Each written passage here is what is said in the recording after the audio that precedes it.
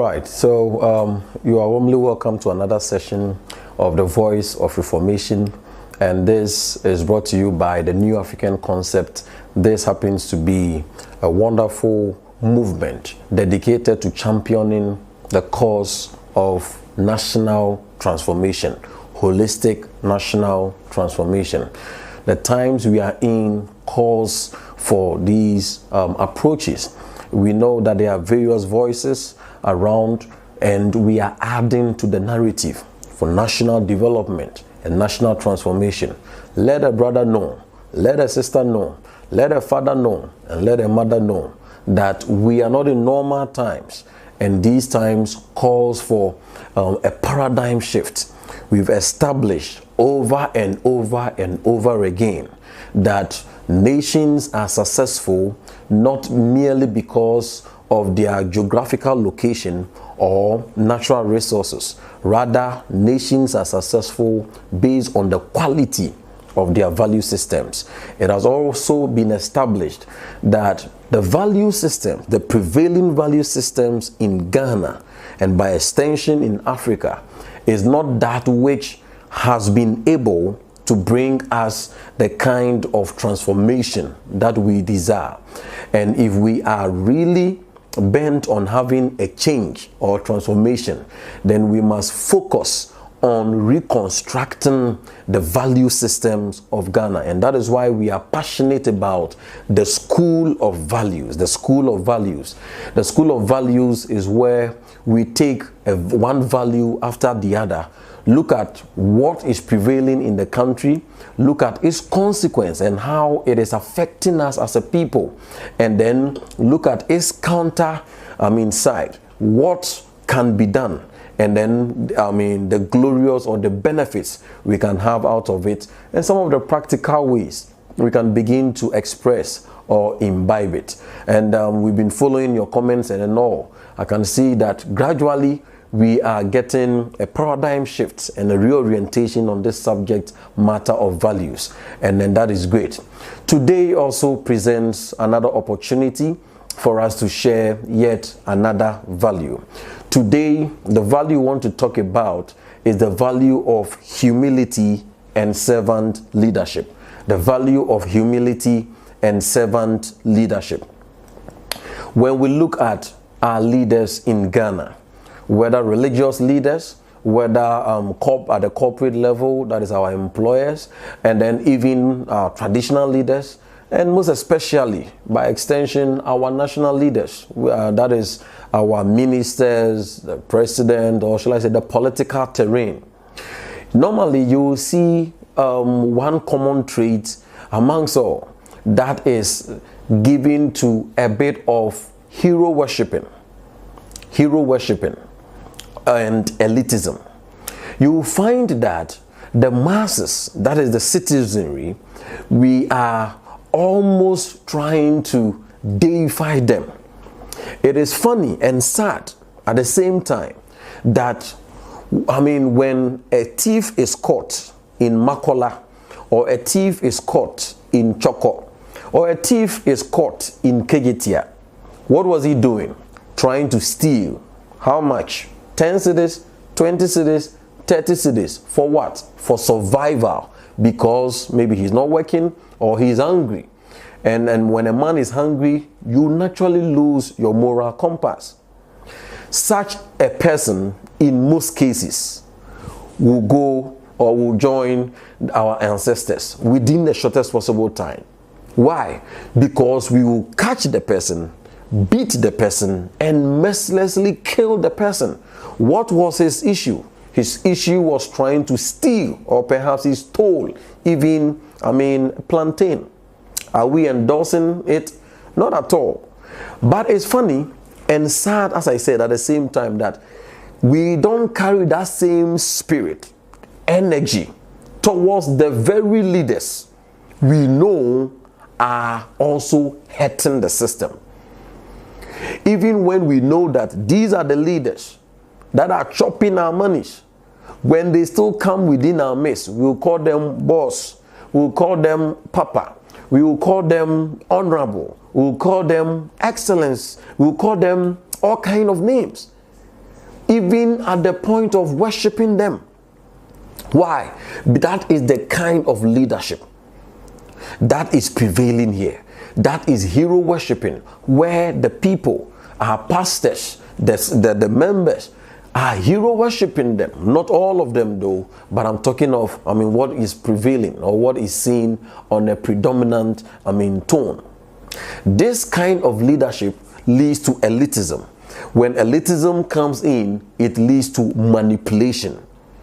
As long as you begin to think, as long as when you treat people as though they are gods, in the course of time they begin to think that indeed they are really gods. And then in the course of time they begin to behave that they are gods. When you treat them as gods, they begin to think they are gods and they begin to live as one. And that is what we see predominantly when it comes to the subject of leadership here in Ghana and then in Africa. So you could see that servant leadership as a virtue or as a value is missing, or it is in very scanty, quantity, or yes, here in Ghana. In the same vein, humility. And this is a product of colonialism and slavery, together with our indigenous approach to doing things. We begin to feel that what makes a leader is your ability to, stimulate fear amongst people. We begin to think that what makes a leader is your ability to be commanding people left, right, center, so that they begin to feel jittery in your presence. And that is what we find all around. But let us take the flip side. The kind of value in the light of leadership that is going to bring transformation is humility and servant leadership. When we talk of servant leadership, then we are talking about a kind of leadership whose focus is to see that the leaders sacrifice themselves so that the masses or their subjects will become the very best of themselves. This is all about servant leadership. Leadership is not a tool to control people. Leadership is not an avenue to manipulate people. Leadership is a tool to sacrifice so that your subjects, so that your people can ride on your shoulders to be seen, can ride on your shoulders to become the best of themselves. Servant leadership. The best example has been Jesus Christ, and all of us must follow in suit.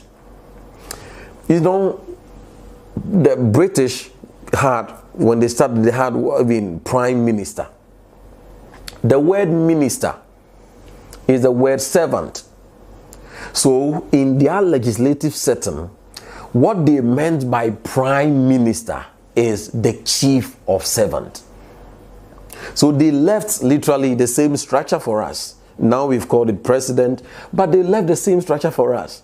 But we are not practicing, we have the form, but we don't have the content. So we have just maintained the form, but not the content. So in reality, in the political terrain, and by extension, all kinds of leadership, when we say you are a minister is a servant. And then if you say that you are the president or the prime minister, it means that you are the chief of the servants. Is that what we see here? No. Servant leadership would mean that if I am a leader, let's say I am an MP, or any political leadership, or any kind of leadership, this will be the voice of a servant leader. I am not resting until my people have rested. I am not eating until the people within my jurisdiction have eaten. I am not sleeping until I am assured that the people within my coverage have slept. Just take a moment and then think for yourself. If all kinds of leaders, whether it is parental leadership, it is educational leadership, it is religious leadership, it is political leadership, it is traditional leadership, imagine our leaders thinking this way, that I am not going to sleep until I am very much aware that each and every one of my subjects have slept well or are sleeping well. I am not eating, not in a literal sense, but I am not eating until I am assured that my people have ate or they are eating well. This is the burden of leadership. So leadership is not about celebration. Leadership is rather about sacrifice and humility. Is it not beautiful that our leaders can share with us on the same platform? Is it not beautiful that our leaders, when you go to the Western world, you will find some of the leaders, they'll be in the same car, or shall I say bus, with the average citizen. That is humility. That is humility. That is an expression of humility, which is very key. But you come here and then it is a different thing. Our leaders are inaccessible, and many people think that the more you are isolated and insulated from the people, that is the best description of leadership. No, it is the other way around. Humility and servant leadership will take this country and its various institutions to the next level. This has been another edition of the School of Values, and we are heating up on this School of Values because that is how the change is going to start. Today we spoke about the place of humility and servant leadership. Maybe you are a father, you are a parent, you are a teacher, you are a headmaster, you are a lecturer, you are a medical doctor, you are a worker at any place. Or you may be holding political leadership or a traditional leader. This is the charge from the New African Concept. Let us redefine what leadership is about. It is principally about being humble enough and much more being a person of, embracing servant leadership. Let us come down and sacrifice for the common good of the people. We, as usual, we believe in the success of Ghana. We believe that it is possible. Personally, I am very poised and very charged for this movement. And I believe also that Ghana can make it and shall make it and will make it. And we also charge you that you must believe that we are all going to make it.